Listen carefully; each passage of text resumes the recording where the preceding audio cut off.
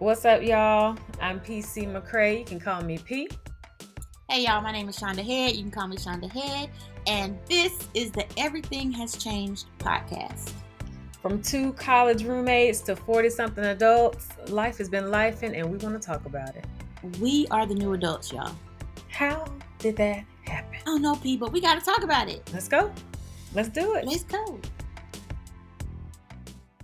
Shonda, what up? Hey, P.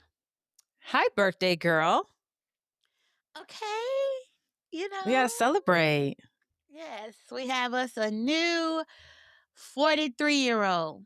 Yes. Thank you, That's God. a weird number, 43. It is.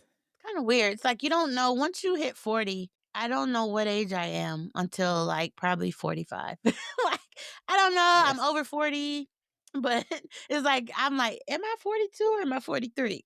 Yes. So I had to start like a month ago, like, okay, 43. Like I just went there in my head already, or else it was going to be a problem. I was going to be like Granny out here saying, It's I'm a real 100. thing. I'm 97. Yeah, it's hard. Wow. Those numbers All right. Well, that's what Granny like, used wait, to am do. I 40? 43? She said she went right to 100 instead of 97. She went right to 100. Once she was over 90 and then the Alzheimer's kicked in. And then people will always ask her, oh, how old are you? You know, because when you see an older Black person, it's like a whole thing. And then Granny looks younger than she is. Granny out here, I'm 100. I'm like, she is not, ma'am, she is not 100. It's not 100. At some point, I'm like, this is not the Alzheimer's. Granny just decided she was going to tell people she was 100. So then, because then you tell people you're 100, then people be like, oh my God. You know, it's a whole celebration. Like, she been saying she's 100 for 5 years now. She is not 100, guys. Bless her heart, Granny. And then she would look at me. She would look at me like, why you tell them I'm not 100? Tell her my business. I said I'm 100 now. Because they be like, oh, you look so good. Like, no, she looks amazing. She's actually 94. So she looks amazing. That's hilarious. She does. But she's not 100. But yeah, I'm like, I don't know if I'm 41, 42, 43. It's all a blur now. But yeah, yesterday was my B-Day. Yes. And I had a great weekend. Fantastic. Happy birthday, Shonda. Thank you. Birthday I love girl. a birthday. Yeah. And what Taurus, did you do? Taurus season, first of all. Because Taurus every time season. you go to the club and on your birthday, and they be like, woo, Aries, like, sir, DJ, sir, if you're going to call out the Zodiacs, you need to know that today is actually the first day of Taurus season. Like, how dare you? So how dare you? How dare you? No, I had a great weekend. We went to see Sinners. Yes. Okay. Yeah. And I ate good. Everybody know crab legs, my favorite meal. So we went to the crab boil. We did all the things. Yeah. Had some drinks. Great time. Great time had by all. You know, every year you can't do the big, grand, extravagant thing. Sometimes you want to do something and it doesn't work out, or it falls through, or timing, or money, or people, whatever. But remember, we talked about being present. Yes. So I was just sitting at that table with my friends, like, I am fulfilled on today. Amen. Like, doing all my favorite. So, you know, it's the little things. All my favorite things with my people. I feel like I don't get up with my friends as much as I would want to. And it's not just, sometimes we have a hard time getting folks together. So I'm always happy, you know, when at least a handful of us are together, and it's just the little things for me. And then I was like, yeah, I'm gonna go to Barnes and Noble after lunch, or what was it? It was like a late lunch that we went to, because it was right after the movie. And where we went, there's a Barnes and Noble right next to it, right? There's not many. So I was like, y'all, after this, I'm going over to Barnes and Noble. I'm going to smell the air, because I love the smell of paper in the bookstore and in the post office. So like, it'd be weird if I walk in the post office and just start sniffing the air. So I'm gonna go to the bookstore. I'm going to the sale rack. Okay. And I'm gonna see, because I got like 200 books on my TBR list, on my to be read list. And I was like, whichever one of my books is on my list is on the sale table, I'm getting it. Do you know that place is gone? I was up here like, oh, we have like 2 Barnes and Nobles. First of all, none of them are near us anymore. So I was like, all right, I know this one's still there. That one is not still there. The internet lied to me because I done Googled and stuff. We pull out a lunch. I turn in the parking lot. It's just as empty. Oh, no. And the banner, like the green banner, all that is still on the building. Yeah. But Google had told me it was there. And so I was like, yeah, we still got one. We do not still got one. And then when I went back to look, Metro Atlanta literally does have like 10 Barnes and Nobles. They are all basically above the perimeter. The furthest south, I know I'm not saying this right, so forgive me. This is how it's gonna come out. Y'all know what I mean. The furthest south location is in Buckhead. And if you know anything about Atlanta, Buckhead is the furthest south that Barnes and Noble go. If you look at that map, it's just a clear and distinct line of where they think Barnes and Noble deserves to be versus where it doesn't. And it's literally like 10 to 15 locations in the northern Metro Atlanta. And it's zero below Buckhead. And then I just got pissed off. Like, I know the bookstores have been closing and stuff, but how we still got 10 to 15 and ain't none of them past Buckhead? Didn't that piss me off? So then I was like, I'm going to go to Amazon and order my damn book. Okay. Well, man, don't you hate when you're all tuned up, you set up for something, and like, now Google, Alicia, that this is your one job. Is to tell me the hours, the location. They need to update that. Because I was just, it's a Saturday. I was like, I'm just going to go window shop. I'm going to look at these thousands of books, and then I'm going to walk out of here with one. Like, I was excited about it is what I mean. Yeah. I wanted to spend time in the actual bookstore because I haven't. So, but I did order me a book. Okay. On Amazon. And listen here. Love the Target boycott. Here for it. Excited. I love seeing the updates every week. The stock price is the lowest since April 2020. Here for it. When the Amazon boycott officially goes down, I do regret to say, I'm gonna have to sit that one out, you guys. This is the way I'm feeling today. It saves me time and time and time again. But I'm not with, I don't like Jeff Bezos. I'm not with it. Damn it, they got him. Do you know they're selling cars on Amazon now? Yes, he has it. It's everything now. So that's why it's like. Ugh. To be fair, when they started Amazon, they wanted it to be called the Everything Store. They wanted it to be like a convenience store online. Nobody was going for it. So they chose to go the book route first. And their plan was to eventually expand. And damn it if they ain't do that. Here they are. Because vegetables pop up. Like if I order something, a page of vegetables and food will pop up. Do you need this? Like, no. No. Not yet. But I'm sure eventually it's like, well, all right. Maybe I do need. They've been watching your search history. They know you need some more broccoli in your life. Golly. Like, oh. But how was your weekend, P? It was good. I too saw Sinners. Yes. And this is just spoiler alert. I know it's only been out a weekend by the time that we are recording. By the time you hear it, it should have been out for what, 2 weeks, a week or so. Are you saying that they just got to deal with it? Are we going full spoiler?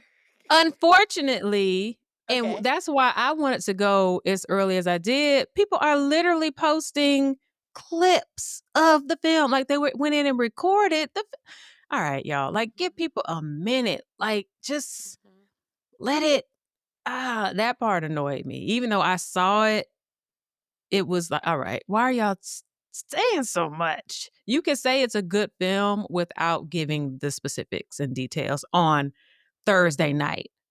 You know what I'm saying? Like, give it to Sunday, Monday. 'Cause you Let went people go Thursday night, see it. didn't you? You went Thursday night? I went Thursday night. Yeah. Cool. Went Thursday night, and I went again yesterday for research purposes Okay. Go for ahead, our babe. conversation. Because Love it was so much to take in. Yes. And now kind of going back and reading and listening to Ryan, now his interviews make sense. Uh-huh. When I went back and I'm like, oh, this is what he was talking about. Okay. Oh, I see it. Oh. Okay. So yes, that was the big thing. I'm excited to talk about it. And I texted you immediately. I was like, I can't wait for you to see this so we can talk about it. Right. This is what we do. We're the film girls. I'm We so love this. It was just so layered, of course, but even just sitting there in the middle of watching it, I'm glad you got to go twice. I only seen it once thus far, but watching, I'm pretty good at catching stuff in the middle. But I didn't go into it like, oh, let me make sure, I just noticed after the fact, like, oh, I did actually catch that while I was watching. But that's probably more so because I tend to dissect a lot of films. So I cannot wait until the director's commentary comes out on this. And sometimes they be jipping us on the bonus material now that we don't really do like Blu-rays and stuff no more. Yeah. And so if you catch it streaming or wherever platform it ends up, I be hoping and praying, I be crossing my fingers like, damn, I really hope we get to see the bonus material because we don't always get to see it anymore. And then we do, it's like, hey, here are the deleted scenes, or on like the YouTube, they'll put up behind the scenes, but it's like, no, where is the director's commentary? That's what I want. So I really hope, I don't know if they make us go buy the Blu-ray or something in order to get that. I'm gonna just have to buy it and figure out how to play it because I don't even know if I still got. But I gotta see the commentary across the entire film. Oh, it's gonna be His spectacular. his mind is so. Don't make no sense. It's an original, Yes. so it's all him. He wrote it. He's directing. It's all him in his mind, and he's created this world that has left the door open for prequel, sequel, a whole universe. Yes. And That so, okay, where do we start? Okay, maybe let's go. What is it? Bird's eye view, and then kind of go deeper. Because just because you said that, it made me think of his deal. So can we start there? Go. Because the deal apparently has the studio execs mad.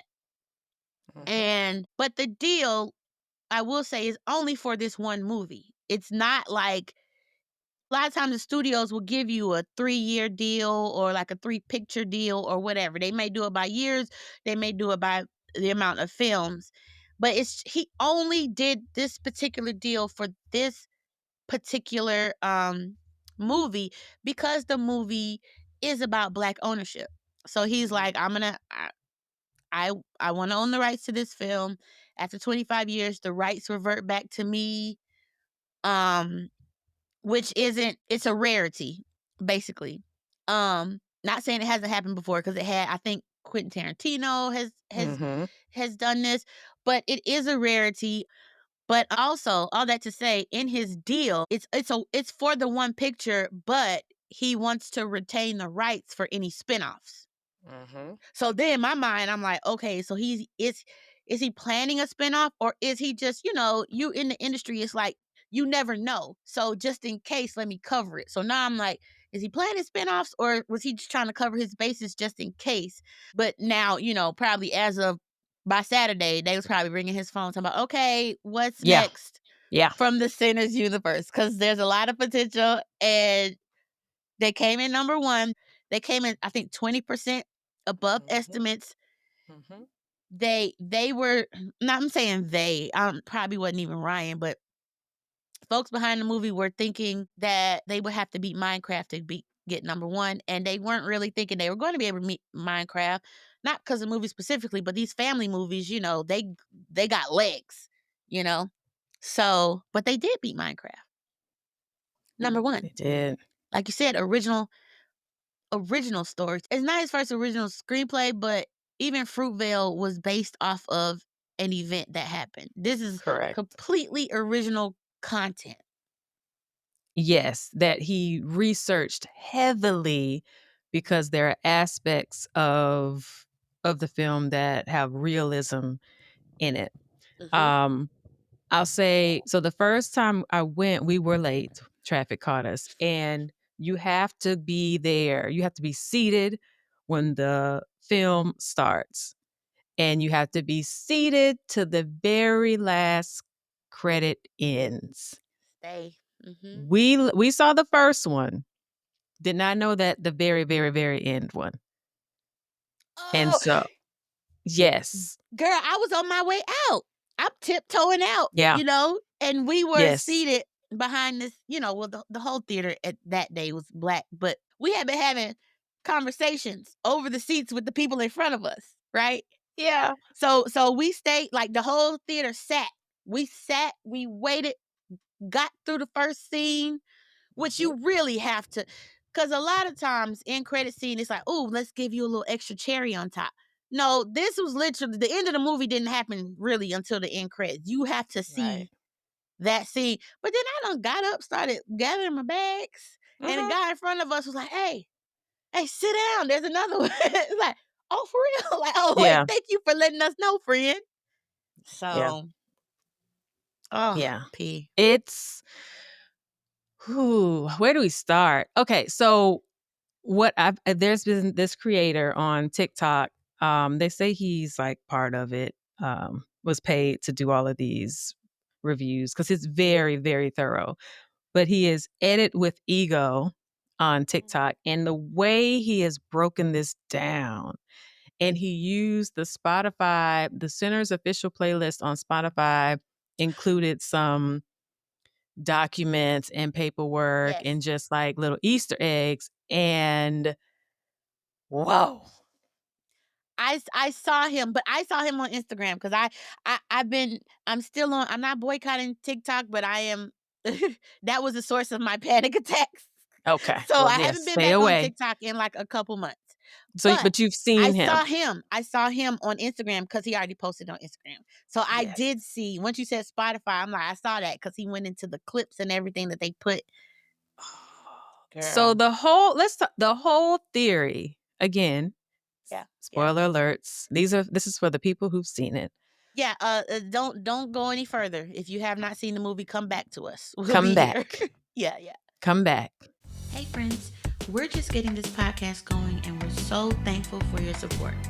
If you want to be updated whenever we drop a new episode or when we drop some of the special things we've got coming, head on over to everythinghaschangedpodcast.com and drop us your email so you can stay locked in. Cool? Cool. When he says, we know that they have the Irish beer and the Italian wine. Yes, I love how to say Italian. Yeah. And I got it the first time, but seeing it again, I was like, okay, that makes sense. So the St. Valentine's Massacre in Chicago history, the Italian mob and the Irish mob fought each other. Mm-hmm. So they're saying both brothers somehow infiltrated each camp separately. So nobody knew that they were twins up there. And was stealing and caused this beef between these two camps and then stole and bucked out back to the Delta. Yeah. Craziness. We know what I love about it? Craziness. I love too that even though Ryan is so intentional. Every time. And so even the white people are layered in that he chose the villain was Irish or Irish ancestry, which is its whole other thing about how they were treated, how white people or American. I don't follow. I don't know exactly the correct terminology for everybody. But I do know that Irish people were discriminated against in their own way here in America and were considered like literally just a tiny, like a little step above black people. So he the villain. His points wasn't wrong. He wasn't wrong. Like No. I'm not saying his actions wasn't wrong, but every time he spoke, he was telling his truth, which was actually he was not wrong. And that's the crazy part about being so intentional and so layered. And what also makes you have just a better villain, of the villain, for the villain to be Irish and have Irish ancestry was a whole other like subplot, going on, and it made it that much more. It made it resonated that much more. You know what I mean? Yeah, yeah. And I had to go back and really study that. I knew it, but didn't really know it. So when I went back and studied, I was like, oh, yeah. But then he used, at the end of the day, they were still considered white later on. So then when he saw the KKK material in the first couple's home, he used that to fuel and get into them. Also, let me just say, nobody's invited. I'm not giving nobody permission to be at my house. Nobody. No, you're no longer invited anywhere. Nope. No. I was giggling when Cornbread was trying to talk his way in. He was so like, funny. Yes. He was and that was the thing too. We're all over the place, but I didn't think it was a horror film because I'm not a horror girl. I don't like scary movies. Right. I don't like scary movies. I don't like spirits. I don't like when you mix religion and it's always the nuns or the crazy little scary children. I don't like that. So I thought it was strictly vampires. I think vampires are cool, like that vampire lore and all that stuff. Yeah. I did not expect to laugh as much. Yeah. Because the first time I'm covering my eyes, I'm like, oh my God, I'm jump scared. And I'm like, oh wait, they're not that scary. This isn't scary. This is wow. He was so funny. And when he put his hand out at the end, he's like, give me my money. Yeah. Give me my money. It was just, I was like, I should not be laughing. And Delroy Lindo. Oh my God. I didn't even know Delroy was in it at first until like the day before. And I watched a clip. And I said, Delroy be setting that thing. It doesn't matter what I guess he would be considered a character actor. Oh, he's so good in everything he touches. Like, he's so good. He was so Delta Slim. He Delta Slim. was so good. Oh, Southern black man. Yeah, and when the boy was pulling out, he was like, "Yeah, I'm finna play." And they was like, "Hold on, don't you play?" And this man on this area, he got to pull out he got to invite you to pull out your instrument. Yeah. Oh, P. It was good, man. Oh, and okay, let's just do it.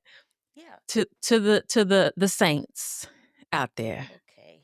The saints were upset because how you gonna release a movie called Sinners on Easter weekend? Easter weekend is always there's a handful of huge movie weekends. Handful. Sure, but you know what I'm talking about. I know, but this for those folks. Like it's like a 4th of July. Like you want to hit that. And it's also a very huge weekend for Black moviegoers. So for Black moviegoers, you only got a few weekends that Black moviegoers can really, fuel the economy in that sense. I knew they was gonna have something to say, but if you can't look at Ryan and you don't have to like stuff. And also, like you said, it was labeled horror. I think it was labeled horror simply because there were vampires, because outside of that, it's like if you have vampires, we gotta call it horror. But it was so layered and dramatic, and it was a story about the South. It just wasn't a horror movie like most horror movies. Like horror wasn't the plot. The plot was really something else, and then they were using these vampires to kind of fuel the story, but they didn't even show up till I halfway was through. waiting for them. We were in that film for an hour before the vampires even show up, which I appreciated the build up of it. And so we got, okay, the film is called Sinners, Easter weekend, people upset. Weekend. But if you saw it and understood religion was all in there, the power of God, the power of the universe. And then of course, I know, the hoodoo. I know that threw people off. But you know, me and you, that was right up my alley. I was like, I peeped it. Well, first of all, these people get so upset about stuff that they haven't watched or read, whatever the case. And that always irks me. Like, you can have your opinions, and opinion ain't fact. So first of all, because that's your opinion, that don't make it fact. But second of all, if you didn't even watch or read or whatever the source material is that we talking about, your opinion, it ain't even a valid opinion. You don't, it's like, can you even have You an didn't opinion? see You it. didn't even see it to form an opinion, right? So that being said, I didn't even know that there was any kind of hoodoo element in there until she popped up on screen. I didn't know her, like I'd seen her, but I didn't know what she was going to be. And Ryan, let me just say this here, he had a hoodoo consultant on set for the hoodoo scenes. And so a person could, even in fact, say, hey, let me have somebody who's into that or into that religion go ahead and maybe look through the script, because I wrote the script, make sure it's okay. He went past that. He's like, hey, whenever days we shooting, you're going to be on scene to make sure everything is accurate. Because contrary to popular opinion, first of all, hoodoo is different from voodoo. Yes. Hoodoo, it's a spiritual practice. It is not like, I'm going to go stick a pin in this doll over here. Like, that's different. Hoodoo also includes God. Oh my God. Like this is what Christians don't understand. Don't get me started, P. I know. It's just like, Shonda on a tangent. yeah, Shaun on but this is still connected because God is a lot of places. And I think that Christians think God is only included in Christian religion. And that's not true. And you only think that because you're just assuming that, or it's because somebody told you that, because that's what they want you to believe. But if you start just looking at, even if you don't want to study other religions, if you have friends, hopefully you have friends who think differently from you and are different religions or whatever from you. And if you just, sit and talk to people, then you will start, stuff you didn't know. God is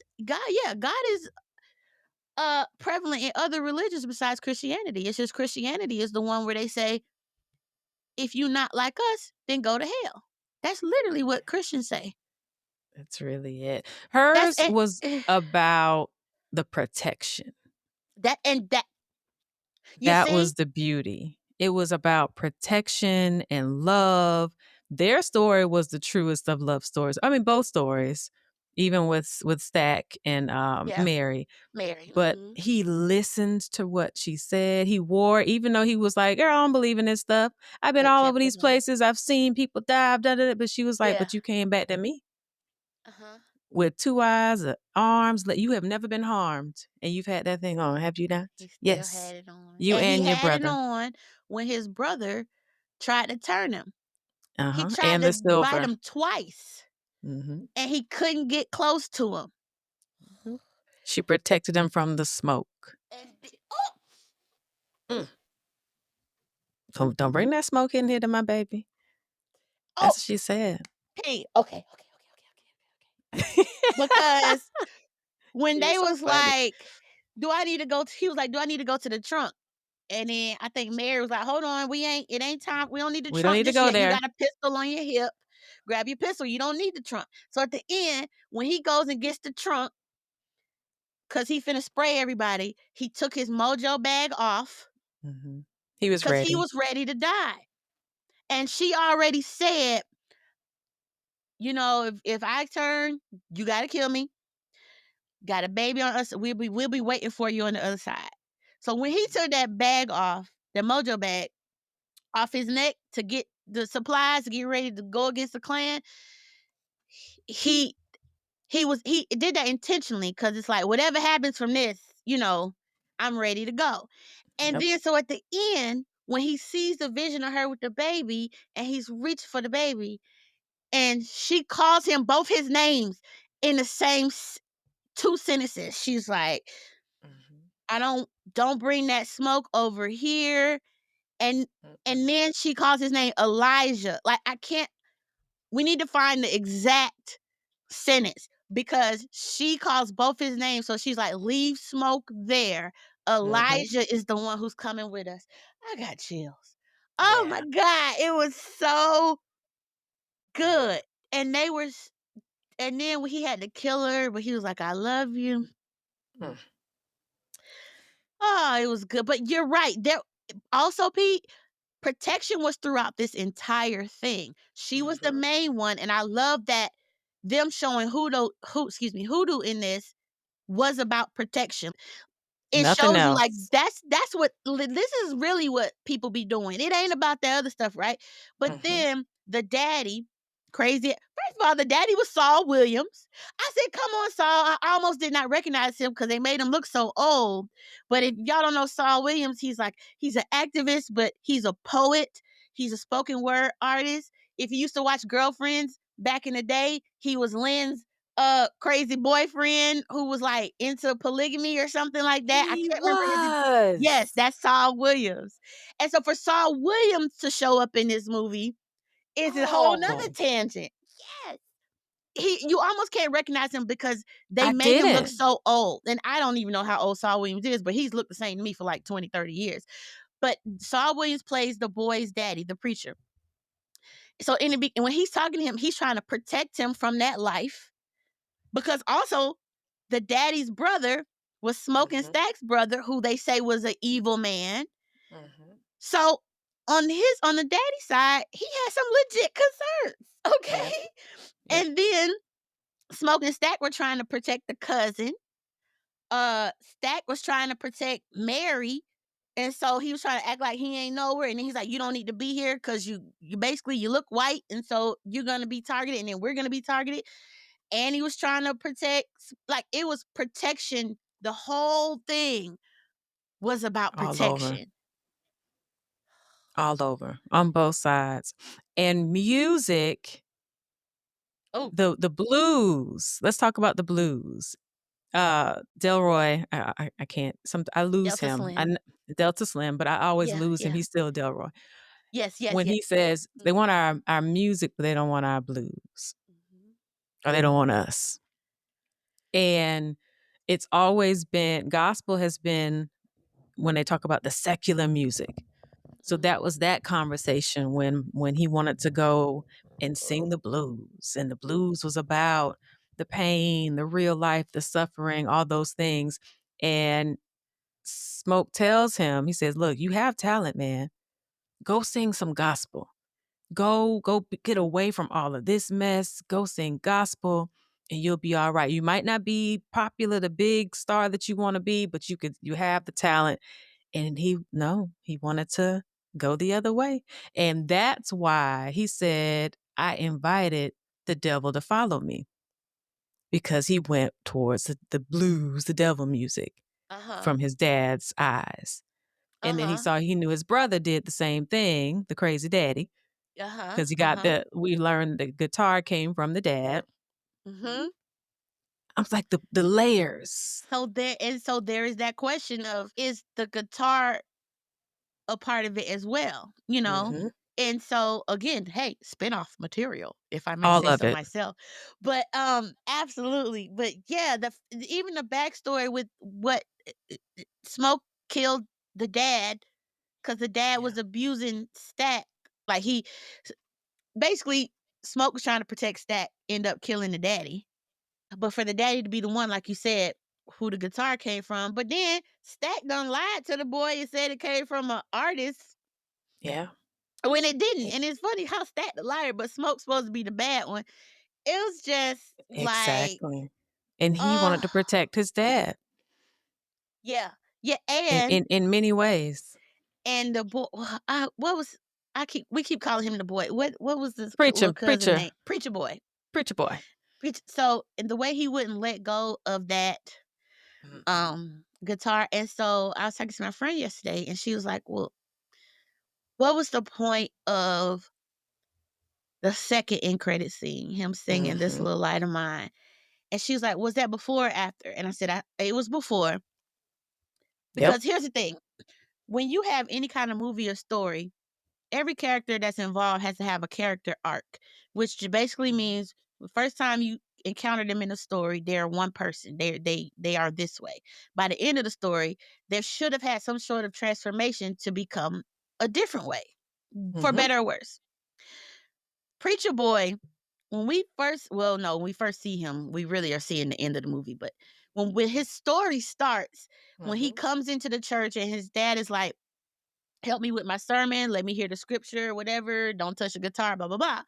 He's like, he's trying to appease him. That's why he showed up there. You know, that's he want to do right by his daddy, but then come what noon or whatever, I got to be out of here. I got did my to due. go. So from that point, he done he done performed at his first juke joint. He done had sex, basically. He done had a drink. He's done all these firsts. Preacher boy had a night. he had a time He had last a night. time. Okay. And so Woo. by the end of the movie, and he's killed people and vampires. It was a lot. It was a lot. And he's watched people die. You know, this was not on his bingo card for today. So by the end of the movie, he comes back. His daddy told him to be back in the morning. He came back. He came Now, back. he didn't stay, but he did what was asked of him. He came to hug his daddy or whatever, but he wouldn't let go of it because he's not the same boy from the beginning of the movie, right? No. So when you see that clip of him, and I don't know exactly for sure, I didn't look back, but if he don't have on the same clothes that he walked into that church, you know, that day, if he don't have on that same outfit, then it's close enough to where, you know, they want you to think, you know, this is any other morning in the church with his daddy, is basically how he was dressed. And he's playing This Little Light of Mine. And oh God, that's how we know it was from before, because that was him before, because you could tell at the end when he finished the verse, he looked up. Because when we was in the church before, we seen the little pews where the choir sits, a little bench. He was sitting over there playing, and when he finishes, they let the scene last long enough for you to see him look up, because he's looking up at his dad for his validation, because his daddy is in the pulpit. So he's playing This Little Light of Mine, and then he looks up. So it's like we come back at the very end, we get a glimpse back to who he was before when he was looking to his daddy for his validation. But it's also his daddy that made him think that he called the devil in with his music. And so a piece of that is also how people put their stuff on you. Because if you don't believe things and somebody is coming and putting their fears on you, stuff you ain't never even thought, what if this happened? What if that happened? Or, you know, if you go out there and do this, you know, crazy people out there, this could happen or that could happen. You ain't had one thought about it. But now if your mama or your daddy or grandma is saying that to you and then something bad happens, you'll be like, actually, maybe that is the truth. Maybe it ain't. But once somebody put that on you and you believe it, then it is, right? That's one thing. But then the other thing, at the very beginning, they told us in every culture there's somebody whose gift is so powerful that it calls the ancestors in, but it will also, it calls in the good and the bad, basically. So there's that through line there. But that part at the very end when he look up at his daddy, and then they cut the scene, they don't cut to show you the daddy, but they let it stay long enough for you to see him look up at him. And then he's playing This Little Light of Mine, which is what the choir was singing when he came back to the church. So also the lore of that, in one of Ryan's interviews, it was based off of Robert Johnson, who was known for the blues. Yep. And the crossroads. The lore was, yes, he made a deal with the devil and, quote unquote, sold his soul to become this blues player. Yes.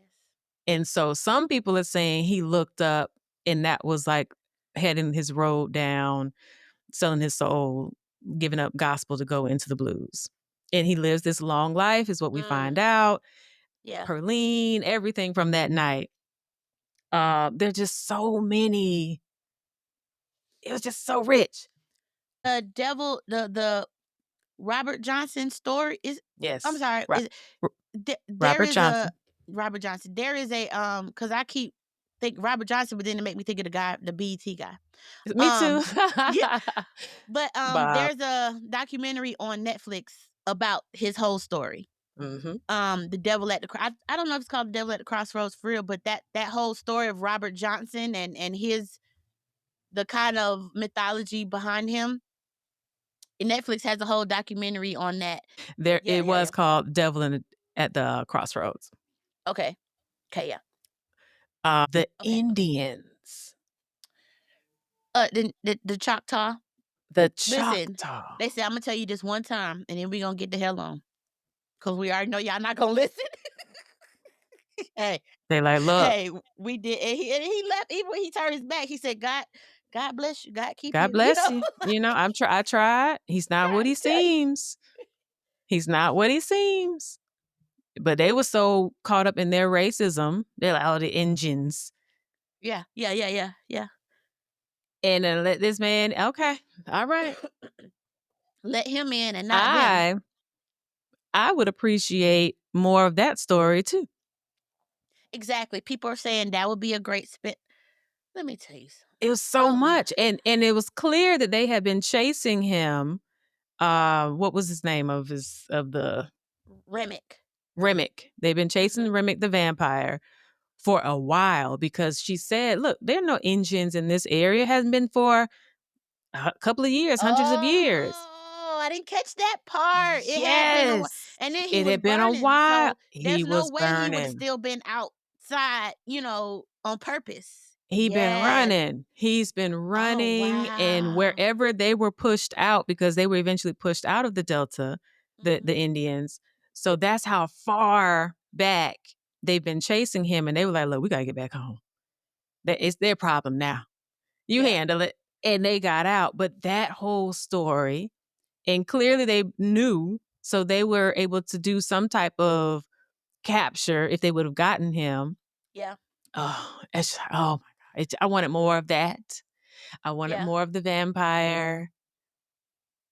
I so and I guess this is touching back on what I was saying earlier, but the way that Ryan has intentionally included all kinds of different ethnicities and cultures in this story, because it's not it it ain't just a black story, because the black South is from what people want to paint it, but it's not. There were Native Americans and even with the Chinese people, Mhm.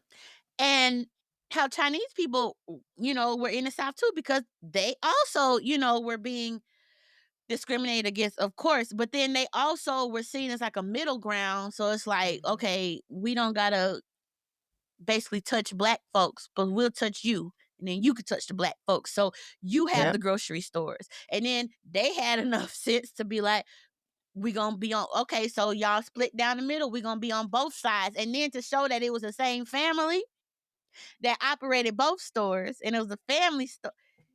Girl, I So said, much.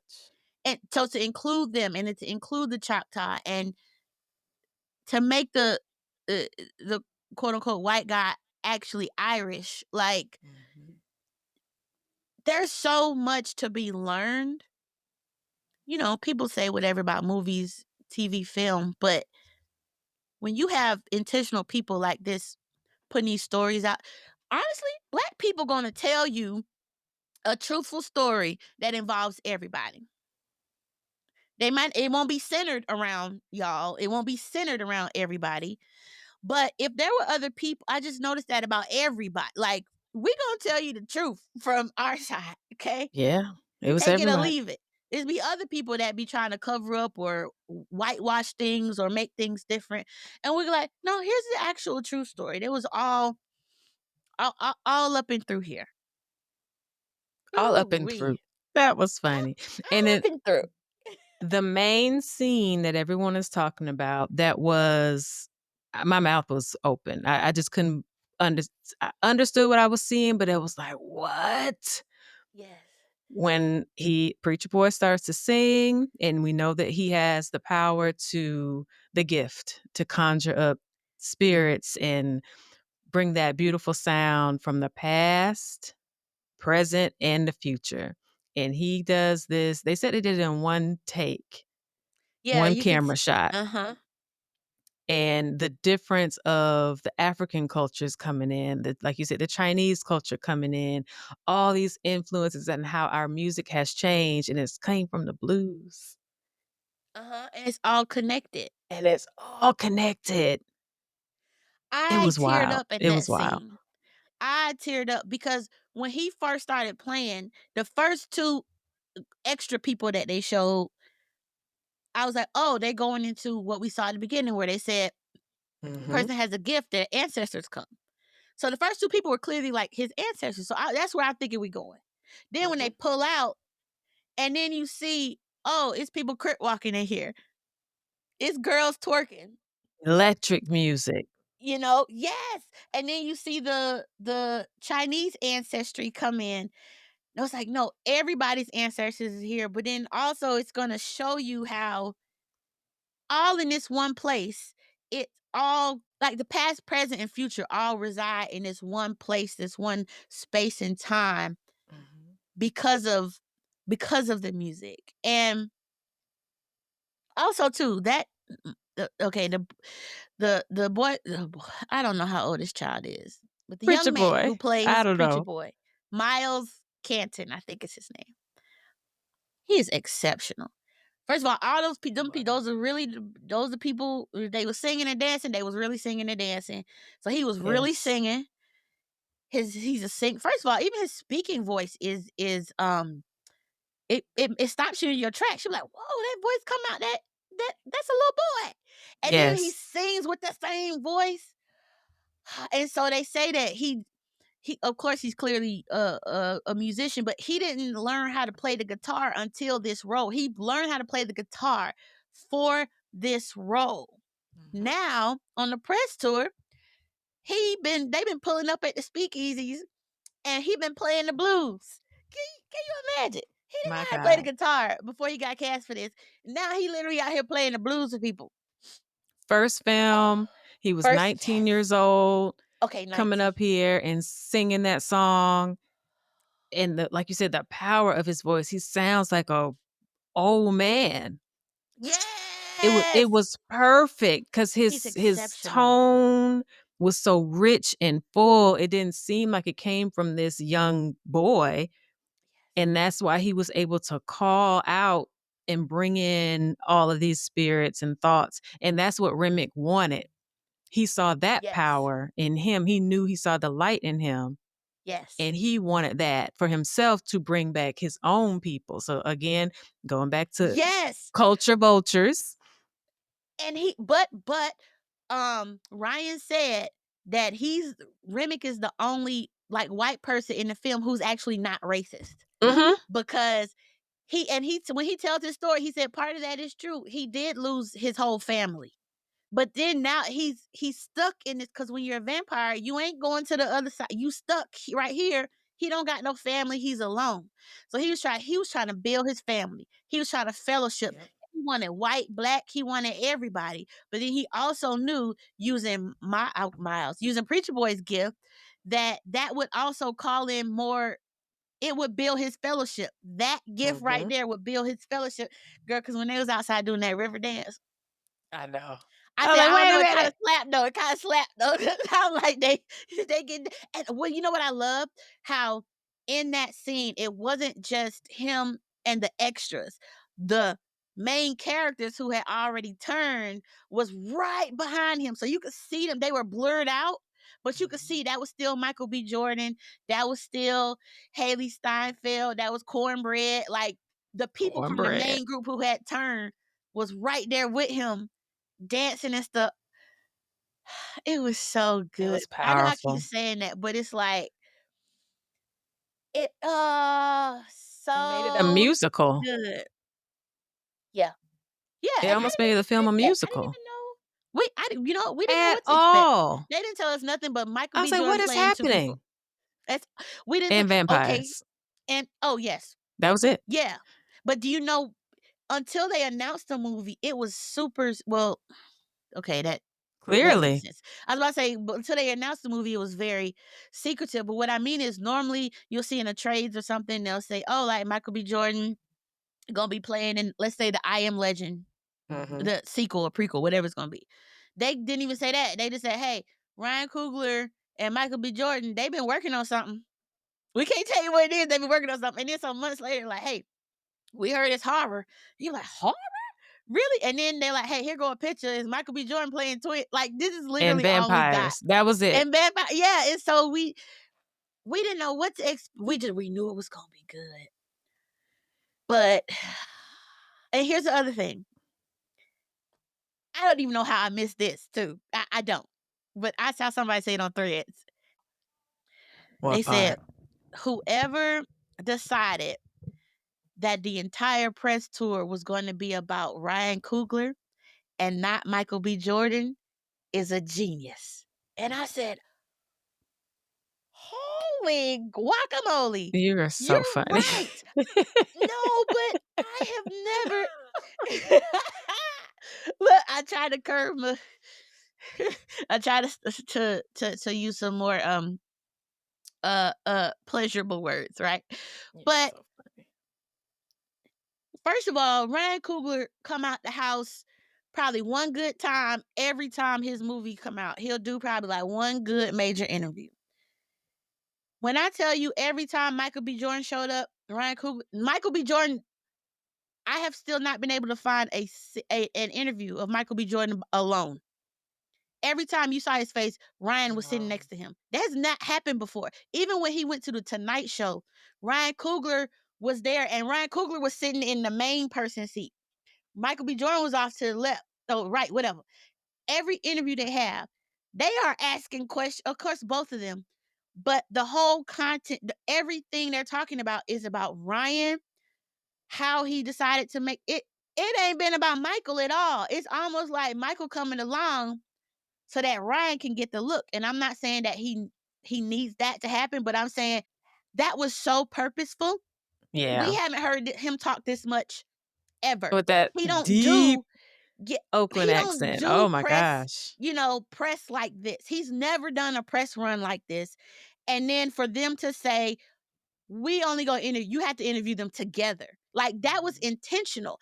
And I know that turned the movie, because everybody's going into the movie talking about, hey, well, Ryan said we gotta watch it in IMAX. Like, when have you ever seen a director sit up there talking about, hey, here's how we shot it? And everybody, think about if they hadn't done that, IMAXs wouldn't have been sold out. You know what I mean? Like, the whole way this opening weekend went, it was because they decided to make it all about Ryan Coogler. Somebody And how is he genius for shot thinking of it. that. Because why wouldn't it be around Michael B. Jordan? The That would be star. the normal course of action. That was not how they did this. And it was genius. He said, Genius. and just listening to him talk about the film and how passionate he was and the decisions he made and the intentionality behind everything. Like you said, the director's cut, I would love to see what was cut out. Like, what did you not include, sir? Yeah. What did you not include that can make this story even richer? But listening to him again with that deep his accent, I'm like, yo, that accent is, he really has that. That's how he I talks. love it so much. That's just how he talks.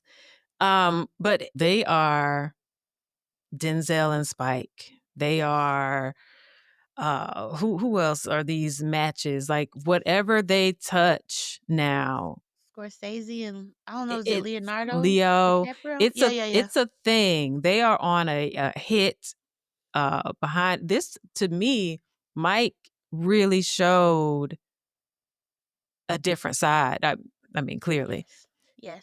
He took it there. Yes. I liked Stacked. I like Oh, Stacked. Stack over Smoke? Stack But Smoke, was, who had the grill? It was Smoke had the grill, right? I think they both had a grill, but Stacks was the smooth talker and the Either or for me. I was like, all right, I see you, Michael B. Michael Excellent. B. Jordan. And they said he was doing his method acting, so he was not the easiest to deal with on set No, because he he had was, to stay especially there. when he was in Smoke's character. They said even Mhm. Ruth Carter, who was the costume director, the costume designer, and Amazing, Ruth who Carter. she won the Oscar for Black Panther.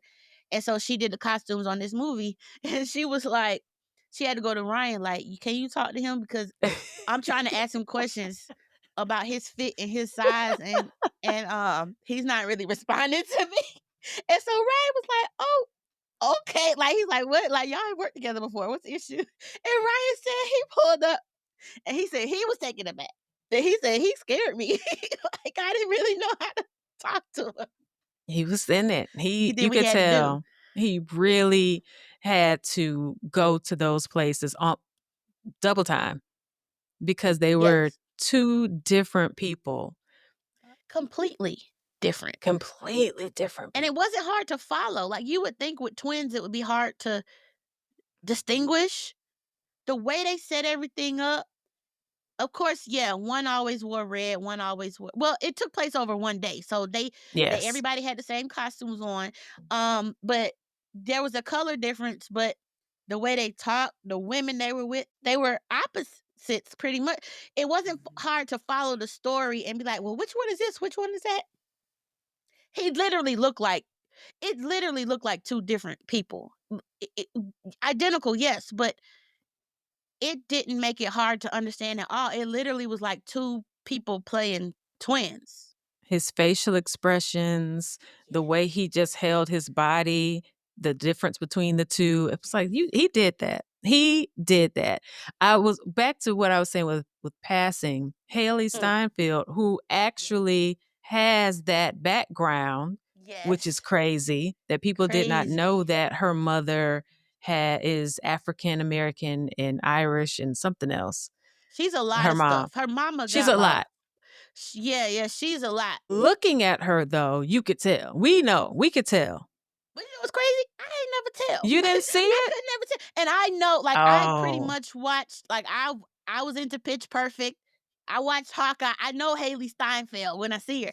I ain't never had yeah. one thought about it. Then as soon as she said that, I said, you know what? Yeah. It's But there. then I'm like, Haley, how come this is the first time we hear about this Haley? Well, it's But been, I she want to also say has they've a talked about it. I had no idea they had talked about it. But then Yeah. also she has a so it's like her grandfather was half black.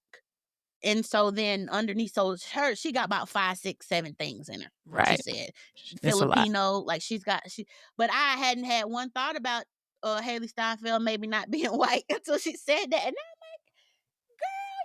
I'm like, yeah, You're so funny. hell I see yeah. it. I see You're it. so crazy. I like her though. I want to say, is this like her first really adult role? Because in Yes. Hawkeye, she kind of plays.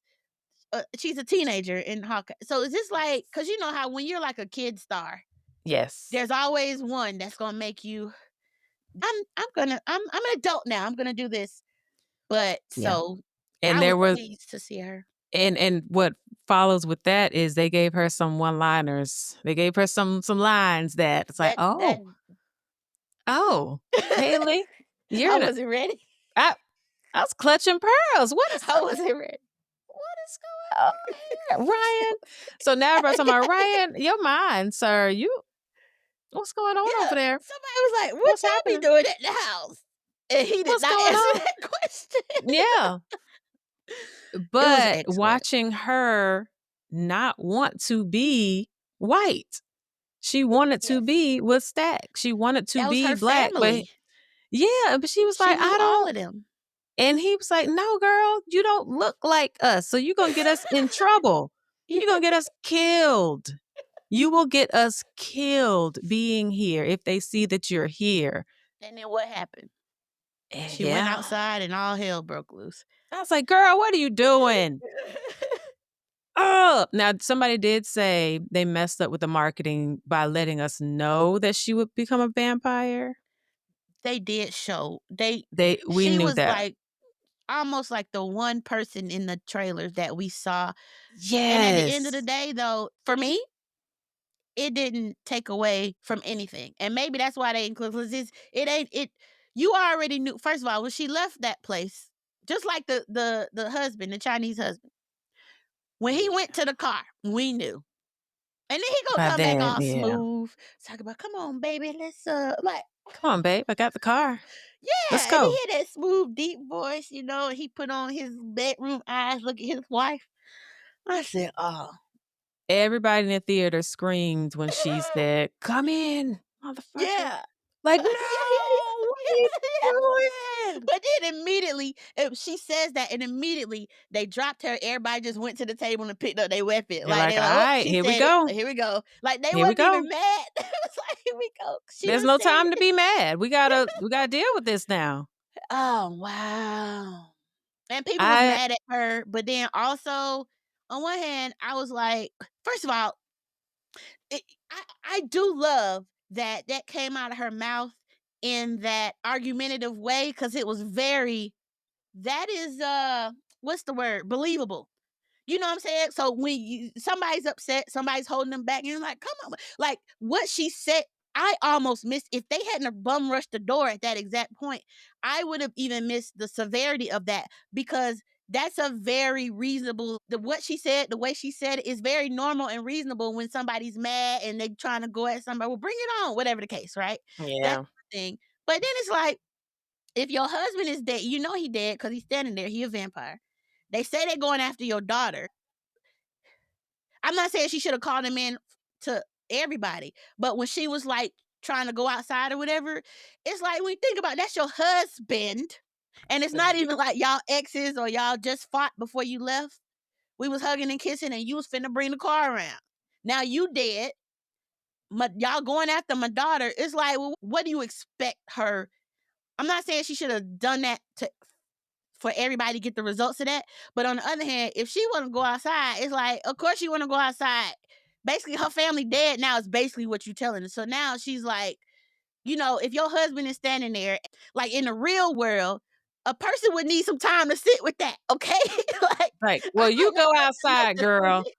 And she tried to go outside, but they She stopped her. did. They stopped her. Just But like, she was shut about up. it the whole time. And even when she was like, you are a soldier. Like, what is you doing? Like, you need to be out here trying to pick off it. And then, so at the end, when he was doing it, I was like, that's what she was saying. That's what she was saying.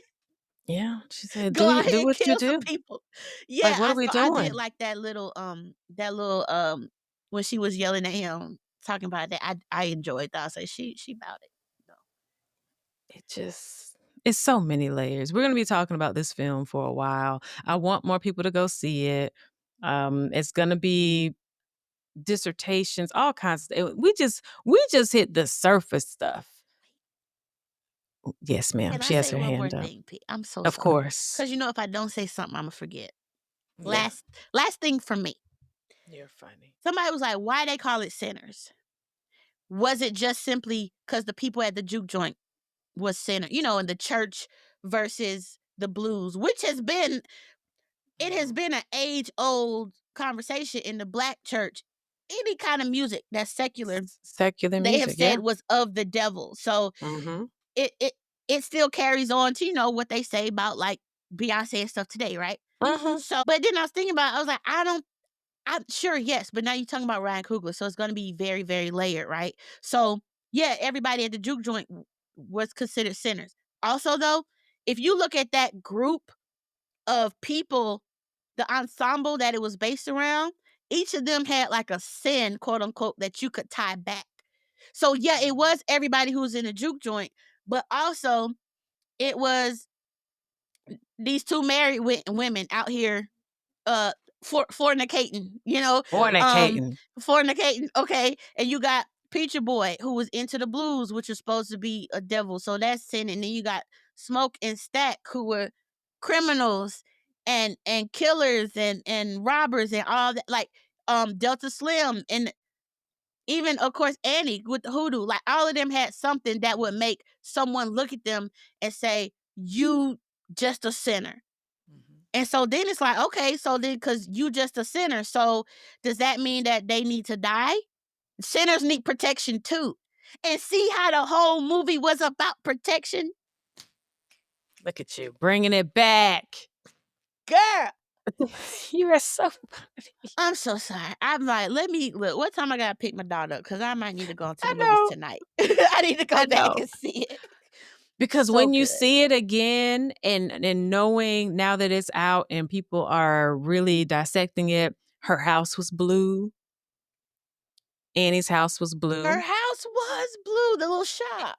And so the word or the theory Paint with that blue. is Paint blue. paints, which are the spirits and all the bad stuff, to keep Yes. them away.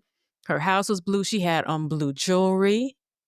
Yeah, it had Hank blue. Smoke had That's on blue. And that's why you got the hoodoo consultant. Yeah, all of that stuff. But You it's would have so never.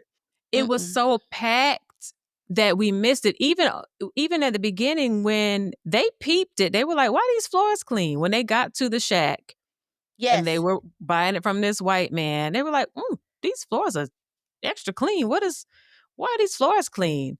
It was a slaughterhouse the whole time. It was a setup the entire time. They were never going to be free. And Remick told him that, though. Remick was not lying. It's just like Thanos. You know how people like Thanos was right? He said it. Remick had points. He made some points. Oh, wait, that wasn't my last thing because I do got another one. I'm so sorry, guys. Yes, we knew go over that. there. I'm so sorry. I'm so sorry. This is really it for me, probably. Somebody pointed out how they said Smoke had PTSD from the war. Yes. Okay. And we first see the twins lined up against that car. It is Stack who is rolling Smoke's loose cigarette to hand to him for Smoke to smoke. At the end, it's Smoke who is still there to fend off the KKK. And he's shaking when he goes to roll his cigarette. And that's why Stack always rolled it for him, because Smoke have PTSD and he shakes. So he can't roll his own cigarette. So somebody pointed out, when you watch the film again, whenever he's about to do something violent, Smoke really starts shaking. So when he, at the very end, before he pulls out the trunk and get the big boy gun, he tries to roll himself a cigarette and he can't roll it because he's shaking so hard because he's went into his violent mentality. And Stack was always the one to protect him from that. But now Stack is gone, Smoke trying to do it himself. But he can't because he's shaking. And of course, he takes the cigarettes from the clan member at the end. But I was like, I didn't notice of course, you notice the shaking with the loose cigarette. Yes. But they was like, because the guy was like, hey, I done seen it 3 times this weekend. Let me just show you one more thing I found out. It's like every time you will notice the camera, if you focus on Smoke before something violent goes down, he starts shaking. And they say that Michael B. Jordan kind of directed himself. Wait, that don't make sense. The stand-in, they had a body double for his twin when he would have to flip out. So that Ryan could go on and direct everybody else, Michael B. Jordan would kind of semi-direct his stand-in because he had to already think of, okay, Stack is doing this, and when I get to play Smoke, I'm going to play him like this. So he would have to have the foresight to get there before he's in character and then tell his stand-in to do something similar to that. And so they was like, it's helpful that Michael is actually a director because he basically was able to take that on. These black men are so talented. And honestly, what if Ryan had like linked up with somebody who wasn't Michael B. Jordan? And maybe it wouldn't. The two of them, I think, make the layers and the intentionality so much more. They got the right ones in each other, basically. They have something special. Wherever they go next. He's talking about he's going to do something with the X-Files. He's doing the Ryan X-Files. Coogler. Now, I didn't watch the X-Files because they scared me. Well, we'll see. You made it through Sinners. You can watch the X-Files. But that wasn't, Ryan Coogler's I'm telling X-Files. you, that was not scary. No, I know. And most Scaredy-Cat, I don't mean to call you Scaredy-Cat. I'm sorry. No, I'm a Scaredy-Cat. But people been online talking about, hey, I'm a Scaredy-Cat.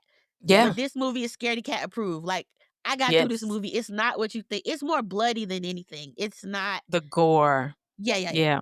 I definitely had my eyes covered at the beginning because I'm a scaredy cat. But then also with Michael B, he hates blood. So that shoot for him was awful. They said it was a very tough it was a very tough shoot. They were in Louisiana, like in the summertime, so it was mosquitoes, it was hot. Gators would come on the scene, especially when they were around that water. But specifically, he had trouble with the blood and the gore, and he put in that performance. Isn't that crazy? Here you Last go. thing. I One swear, last I thing, promise. and then we're wrapping you Last up. thing, All for right. real, for real. This movie really, my family is from the Delta. Mhm. My grandfather was born in Belzoni, Mississippi. He had 10 brothers and sisters. They all grew up in this little house that the family still owns to this day.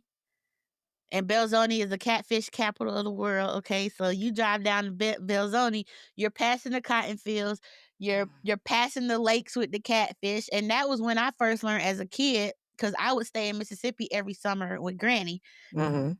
and we would go to Belzoni, to where my grandfather was born, and that was my first time when I would see the cotton fields as a kid. And I was like, hey, what's going on here? Because, and Right. that's What's when they that? explained, like, they're like, no, like after slavery, Black people still had to work. They became sharecroppers and they still worked Mhm. so we have the cotton fields on our land and everything. The schoolhouse is probably not standing right now, but the last time I went to Belzoni, the schoolhouse, which is literally a room, Mhm. basically, was still standing. And that was the Mhm. school that my grandfather and his family attended as children. It was still standing the last time I went to Belzoni.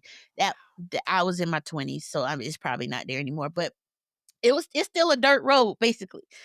And so watching this movie really, really got me thinking about, I was like, I got to go back. Because when you're a kid or when you're growing up, like everybody who would have taken me back there is gone now. Like you used to go back to these things because family was going back or your grandma. There's nobody. So now I have to be intentional. Like I need to go back to Belzoni and put my eyes on the Delta. But so when there's anything that's talking about the Delta, I'm like immediately go back to being a child walking through, Belzoni and the land and stuff, because it's like those sort of stories that come through your families, So when you talk about Robert Johnson, like that was not too far away from Belzoni. No. And the crossroad, like it's like the Mississippi Delta is a very specific place. So I'm sure, because it affected me, I'm sure there are other people whose families are from the Delta or they always, ride through the Delta or whatever, who are now like, I guess it just shows you like it wasn't just a horror movie, because now it's got Wow. people even thinking about their lineage and what their families went through, and they want to go back and put eyes on it and stuff. And so that's just those are my thoughts too after watching it. It just like, this is actually a part of my family, this kind of stuff. Mhm. So, like I The got a piece of this horror too. is the things that we had to go through as people. Yes. And still, that's the scary part. It's like Get Out, basically. Like Get Out. Play money. Yes. Wood The wood coins. Like nickels. no real money. It's we could go on and on. Go see the film. I don't want people to be thrown off by the scariness or the title, Sinners. Go see it so you can understand just how layered this film is. It's more than just vampires. So much more. Well, if you made it this far, you ain't seen it. We done told you the whole movie now, so you can sit through it and you won't be scared now, girl. Yeah, you won't be scared. But it's still so much that we didn't get into that I think people could still appreciate. But go see it. It's some amazing actors in it. I love the actress that plays Annie. I won't say her name because I don't want to Wumi mess it up. Mosaka. Wumi From Mosaka. Loki, from Lovecraft She's Country. excellent. Which Excellent. Just this was excellent. also very Lovecraft Country coded It too. Like was very much so. I still don't know why how we still don't have that. I still don't know how that show got canceled. But anyway. Very much so. I know. Yeah, she's Just amazing. go see it. See the film. I love that word of mouth also has helped push it too. Like everybody's talking about it. And so now people are like, don't want to miss out and see it. I did see it in IMAX. I don't know where a 70. There's only 10 in the world. Yeah, so I probably won't see it that way, but No, there's one in there's one in LA and one in New York. yeah. No, I'll just stick with the IMAX. But see it. I'm sure we continue to miss layers and layers. It's just going to continue to grow. And I can't wait to see what they both do next, what Ryan Coogler and Michael B. comes up with next. Like P said, don't poo-poo it just because of the title, you guys. Like, thing is, art, you know what I mean? Like, art is very, subjective. When you have great artists, it's very, very intentional, and there's reasons to everything. And also, you got to name it something to make people pay attention, to get people like, well, what is this? What is that? If you have questions about it, watch it first, and then get your opinions together, because you very well, maybe you won't like it. That's your prerogative. You know what I mean? Some people that didn't like it. Yeah, but don't let stuff push you away. Something as simple as, oh, it's called sin. Like, y'all, come on, we are better than this, okay? We are better than this. Watch it, and even if you are a person who has your thoughts about it as far as the religious aspect, there are conversations to be had that you can't have unless you actually take in some of this content, so then you can actually have the conversation with people. But yeah, man, excellent movie, excellent content. Go see the film, please. Good. This warmed our hearts as the two college girls who just loved music and film. This is just right up our alley. Oh yeah, right up our alley. Sure. So thank you for listening, for joining us. You can find me on Instagram at better3701. And I'm on Instagram and Threads at Hey Shaun the Head. You can also find the podcast at the Everything Has Changed podcast on Instagram. We thank you and look forward to talking to you next week. Bye. Want to stay locked in with us so you never miss an episode? Visit everythinghaschangedpodcast.com and join our email list. That way you'll be the first to know about new episodes and all the fun stuff we have coming your way. Meet us over there.